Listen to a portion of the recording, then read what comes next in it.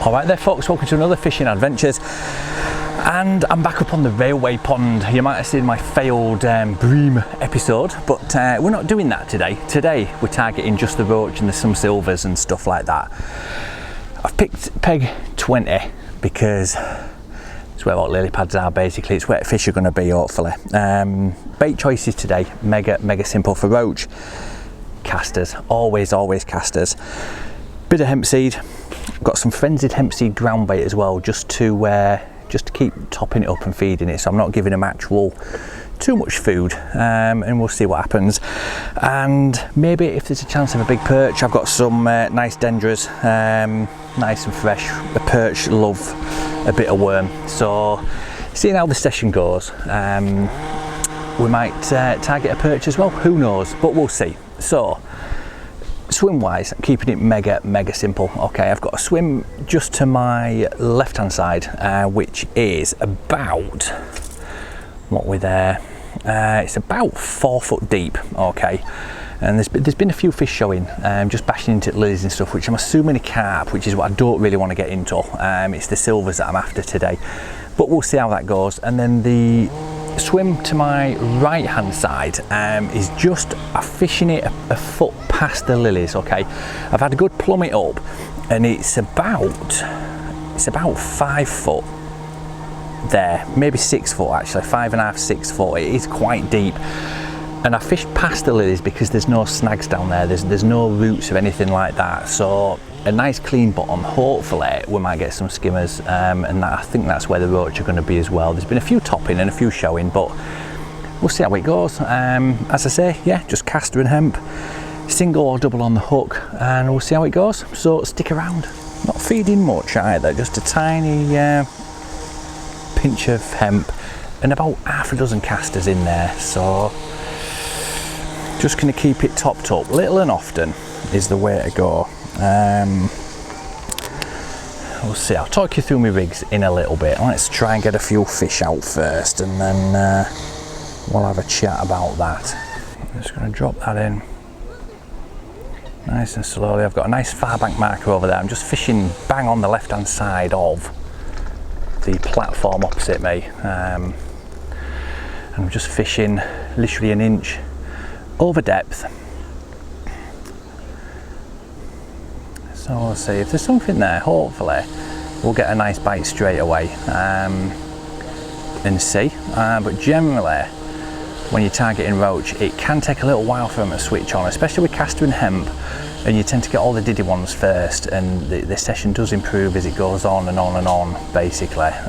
If you can get into a good routine and a good habit, when the roach do switch on to the caster, you normally end up with a good bag, really, a good session.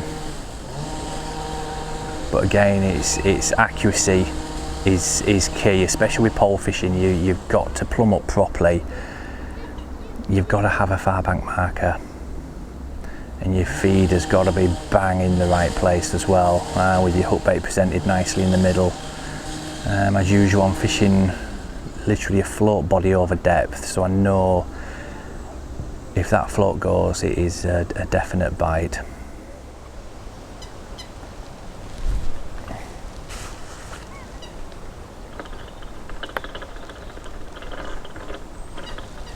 Whoa, get out of there, you.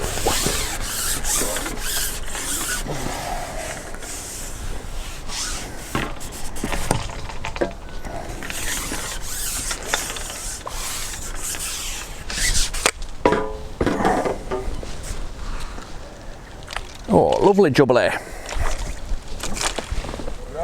Rud. Nice rud. So, yeah, there we go, beautiful railway pond rud. So yeah, it seems to sit in mid-water there somewhere.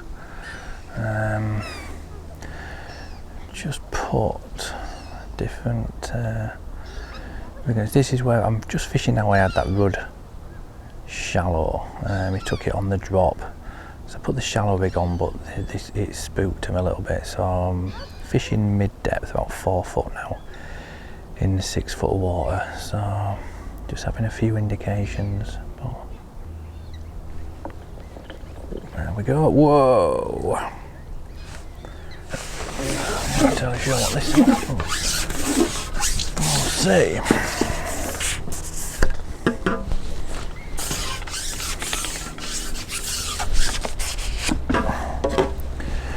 Oh, that's a nice one.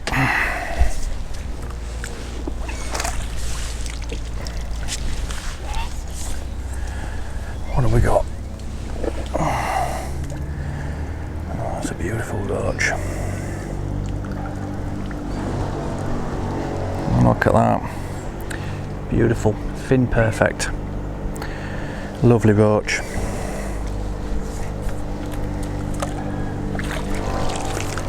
And that is what we've come for. That is what we're after today.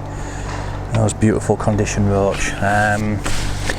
So it seems that they're just sat about 4 foot deep in 6 foot water just on this left hand side. As I say, it's just where I got that rud out, so hopefully there'll be a few more there.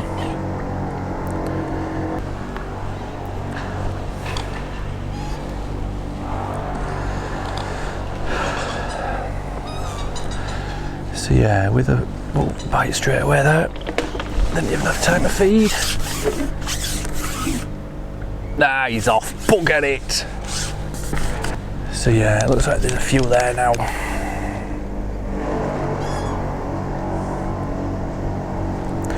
Which is a good sign. Didn't have time to feed then, that bite came so quick. So. And with roaches, you've got to find the depth that they're happy feeding at. Because they won't always sit on the deck, they won't always sit high up. It's a matter of a detective game really to try and find where they are, but when you find them they tend to feed quite well. So feed and drop that rig in and see. So I think they're coming up and down in the water column. I think they're coming up, intercepting it and then dropping back down, similar to what F1s do really, but we'll see. I wish this mooring had bugger off. Oh, there we go, in again. That's a better one. Ah, bugger it, it's come off again, I don't believe it. Right. Oh God. Might have to swap the top kits, I think. I think this elastic might be a little bit too aggressive for them really.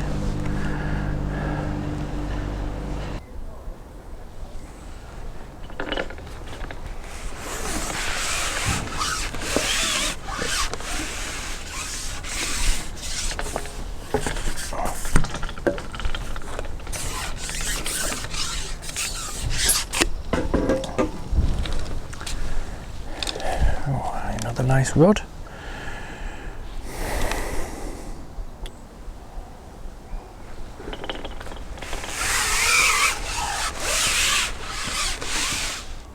Ah, bugger me, I don't believe it. And that's where it pays to have rigs the same, basically. So we can swap this one out. No worries at all. Get it to the same depth straight away. And this is just a slightly softer elastic in here. And it's not set as tight. Okay, so what we'll do is we'll side by side that one with this one, and then we know we're going to be exact same depth, same everything really. So that float needs to be there. Going to give a slightly longer line as well, just so I can flick it a bit more, but not essential. But it just helps a little bit. Keep your pole out of the way, and then dead quickly we'll trim that bit.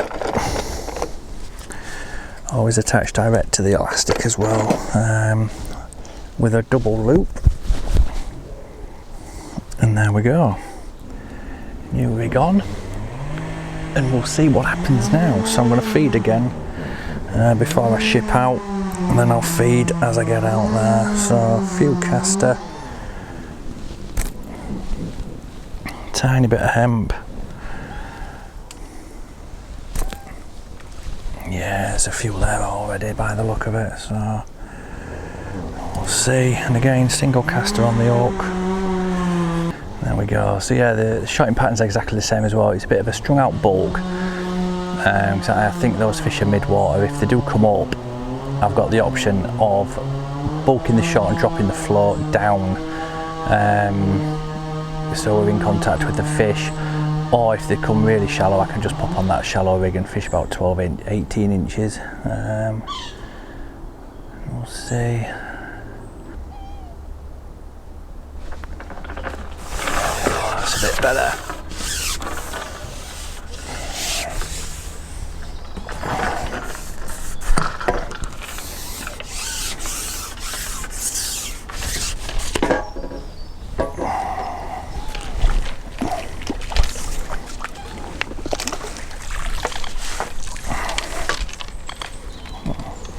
Skimmer.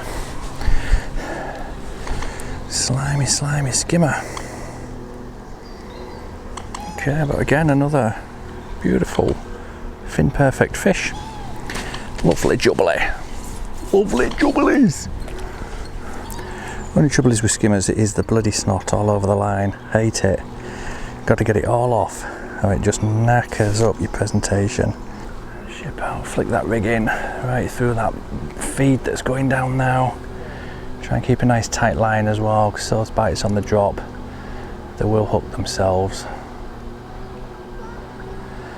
The bites have been coming pretty much as soon as that float's been settling, so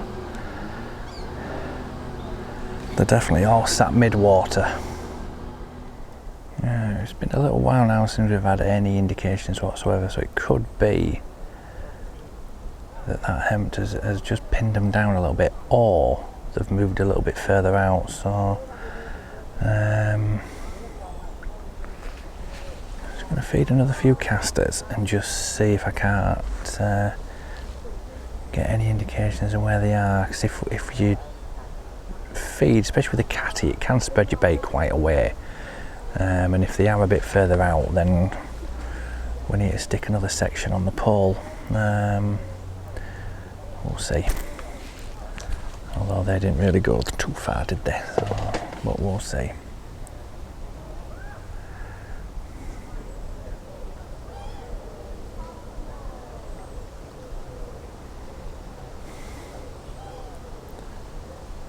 Because I'm not getting any indications at all now. No little, I'm getting a little dink there now actually. Unless they have pushed them a bit further out. We'll just see. I was going to fire a few, but beyond where I'm fishing, and just see, and then we can decide what to do then. So let's just see if we get any swirls.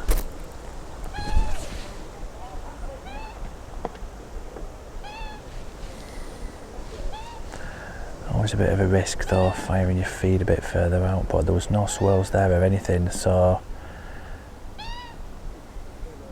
that would indicate that they have dropped onto the deck. I'm getting no liners, no indications of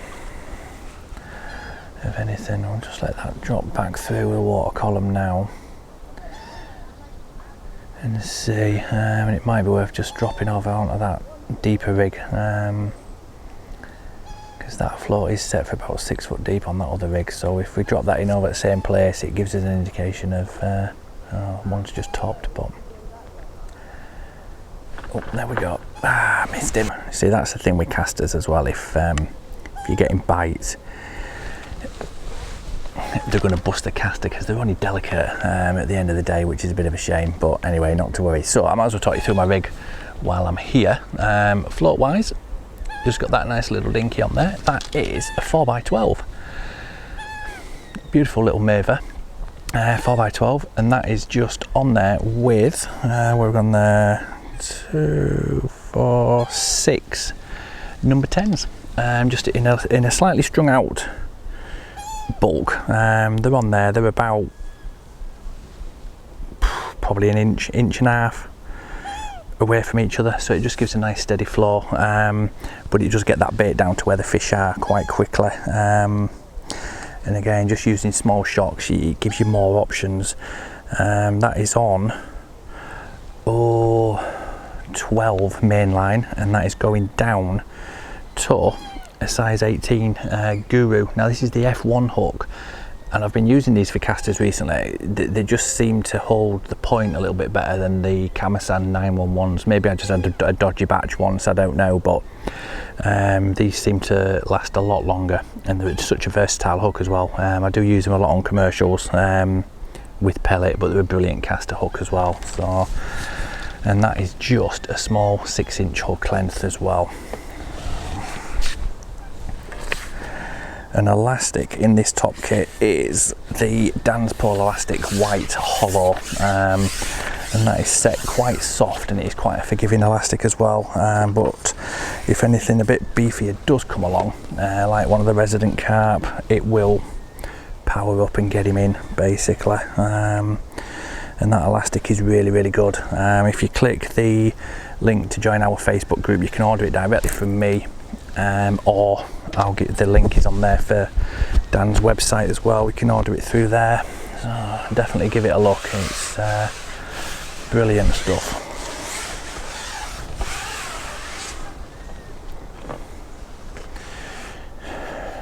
So we just fed. Let's ship that rig out right in the middle. Hopefully we'll get a bite as soon as that bait gets down to where they are. Yeah, I mean, we're fishing, it's about 6.5–7 foot, so if you're fishing that deep, it's always a good idea to feed and then ship out, and then it gives you a chance for that loose feed to get to the area that the fish are just as your hook bait arrives, because your hook bait's got the shot on the hook, and that drags it down a lot faster obviously. So it just makes it all arrive at the same time, so it does increase your chances of getting a bite straight away.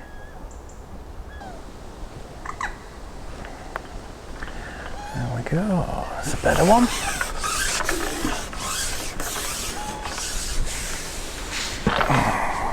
Gotta remember not to pull the reds off.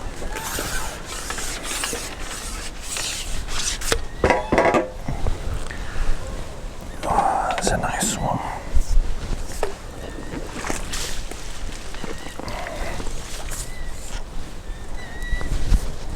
So again, just keep trickling that bait in little and often, and again, just feeding before I ship out seems to be working well, because they don't seem to be up in the water as much now. They seem to be getting this mid-water, so I think the amount of feed I've put in has pushed a few of them down, so we'll see. But there's definitely a few fish been drawn in now, and that hemp really does work well, especially with caster. It's just an awesome combination, and it fishes everywhere as well. You can't really go wrong. Only trouble is casters can get pretty expensive. Oh, he's a puller. Oh, he's trying to get me in them lilies. Come on out.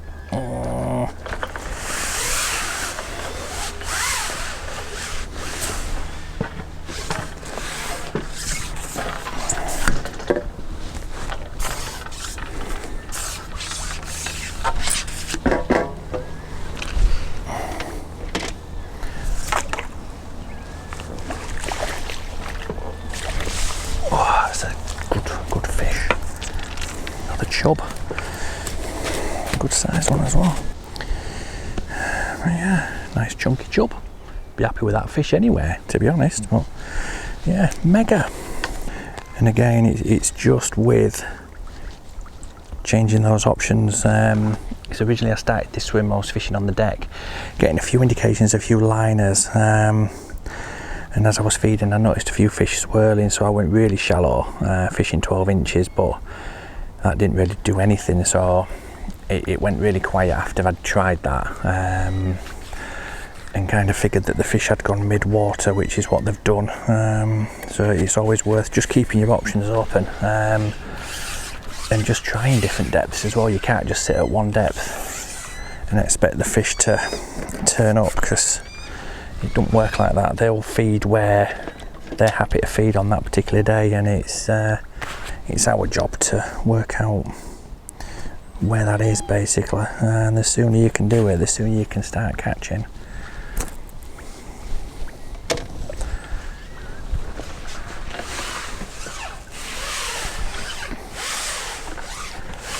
So that was a good chunky chub, good 10-12 ounces.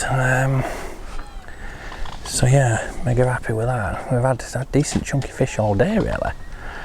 They've not been tiddlers, and again, that's the advantage of caster. They do tend to pick out the better quality fish as well.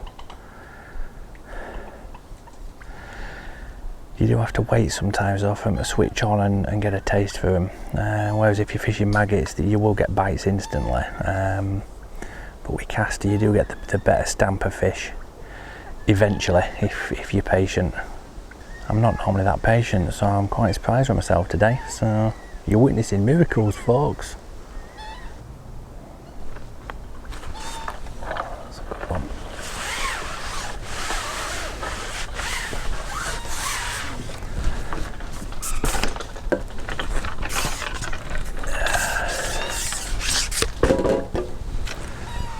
Oh, bloody perch. Urgh.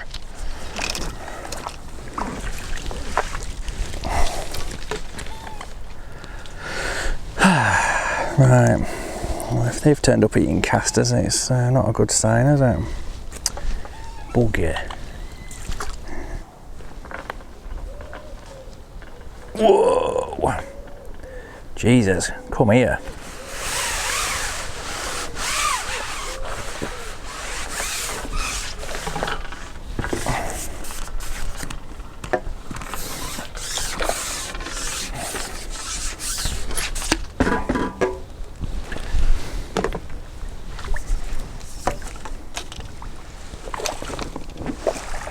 Holy cramoly.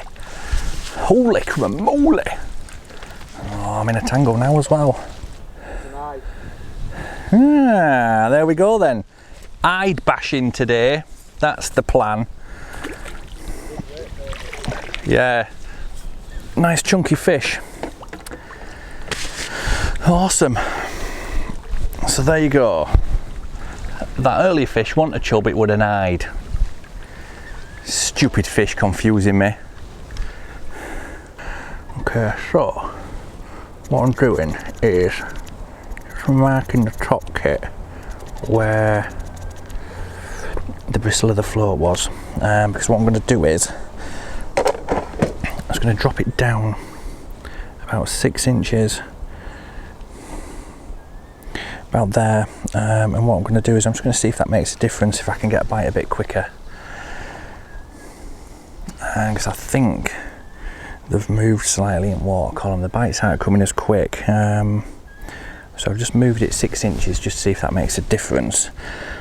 And if it doesn't, by marking where the bristle was on the top kit, I can shove that float back up and know that was fishing bang on where I was before. So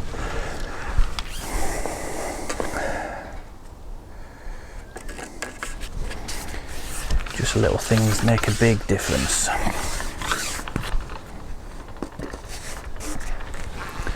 So again, I'm going to feed before I fully ship out.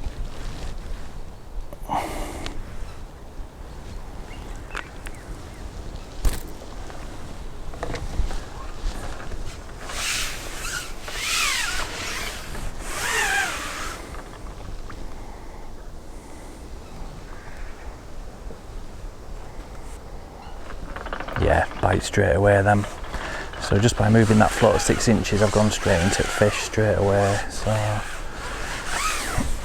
again, with roach or silvers in general, you won't always stay in the same place.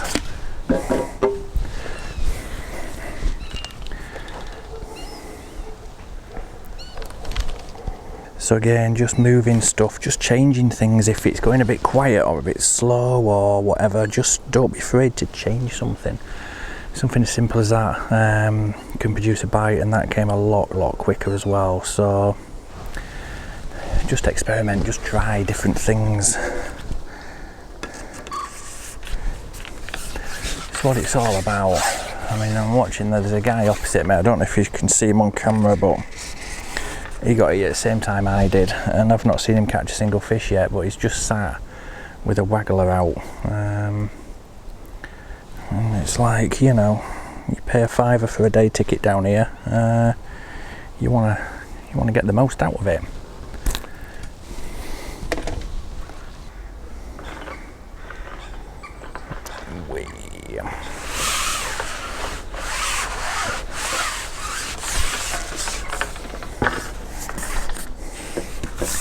And again, that bite came just after moving the float back down, so they've just messing in the water column, I think. But there we go.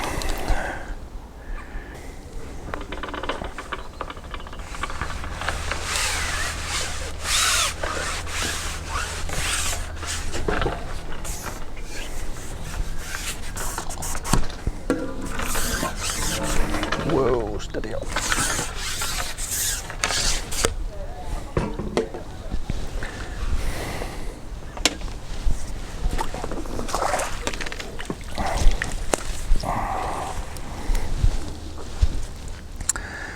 And there we go, another beautiful roach.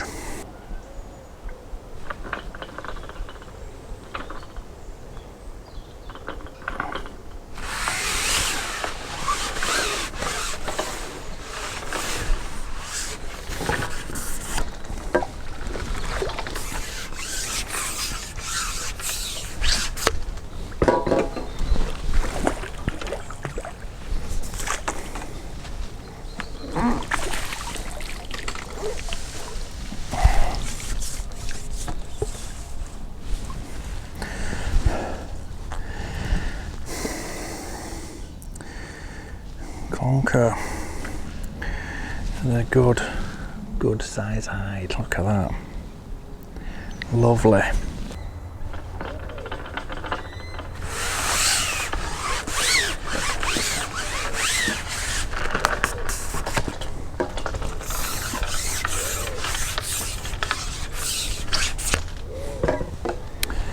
Oh no. It is another perch. Second time lucky for me.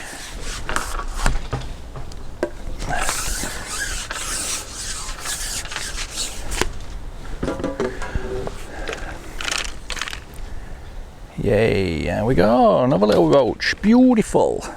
That's what we're after.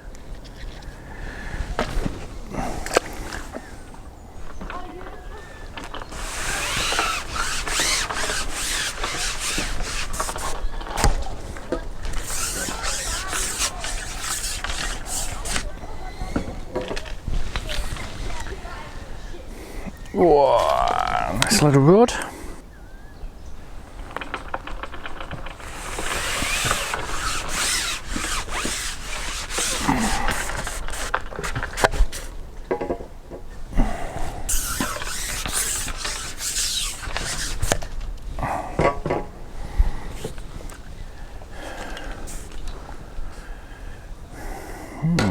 Interesting. Interesting indeed. Well, it's another roach, but he's got a massive growth on his head. Look at the state of that. It's weird. I don't know if you see that properly on camera, but very strange.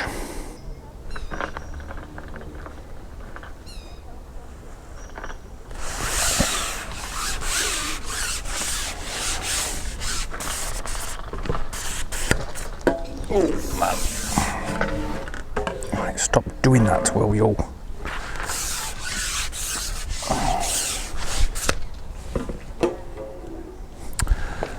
Oh, that cheeses me off no end. A big fat sweaty bloody bream. Yeah,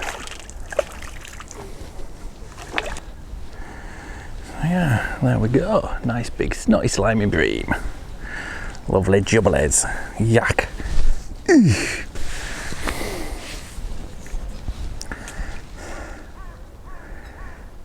Come on. You didn't fight that hard to be tired. Jesus Christ, fish. big girl's blouse. And again, just changing the depth of the float, I've gone back just fishing a couple of inches over depth, and that produced that bite. So go back in again, exactly the same, and just see. It's been quite finicky day really.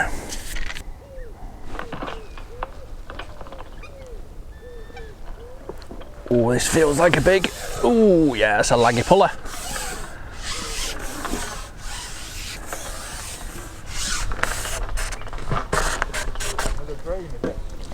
Yeah, bloody hell, I hate snotty, sweaty bream. And they just give up so easy. Oh well, not complaining.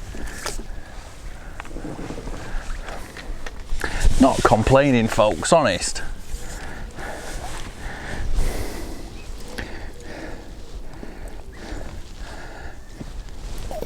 Dear me. Yeah, there we go. Bigger than last time. All good.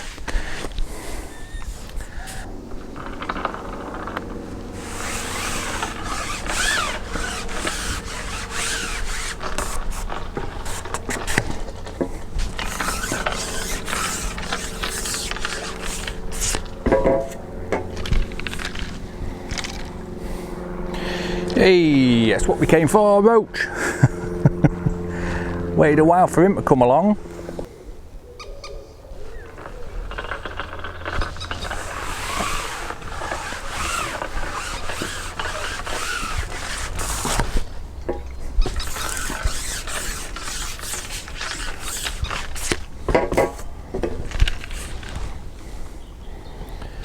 Oh, a little rud, just for the change.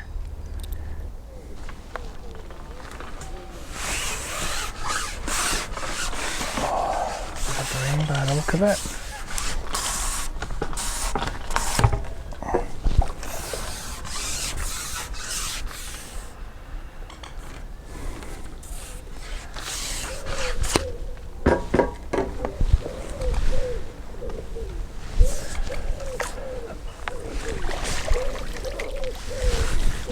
Another chunky bream, getting bigger.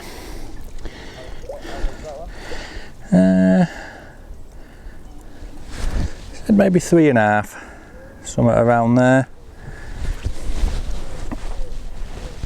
So yeah, there we go. Not bad, not bad.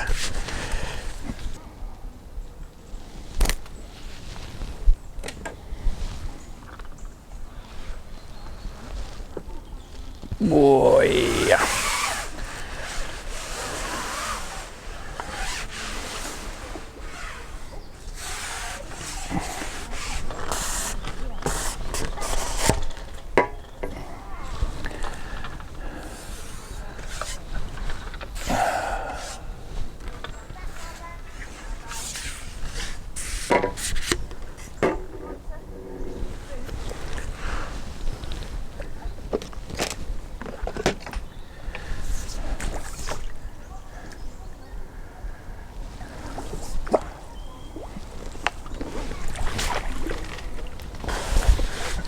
Oh, dearie me.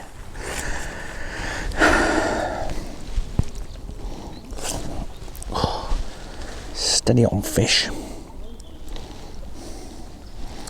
There we go, another one.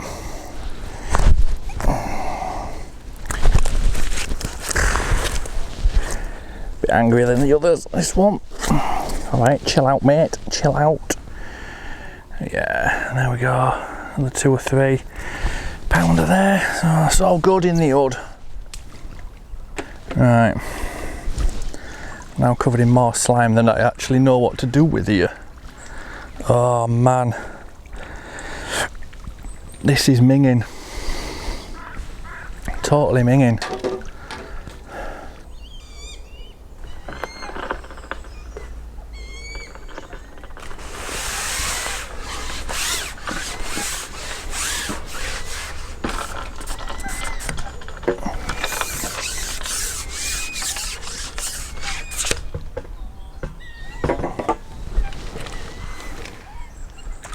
Oh, he's an angry little, whoopsies, an angry perch, bloody Nora. Whoa.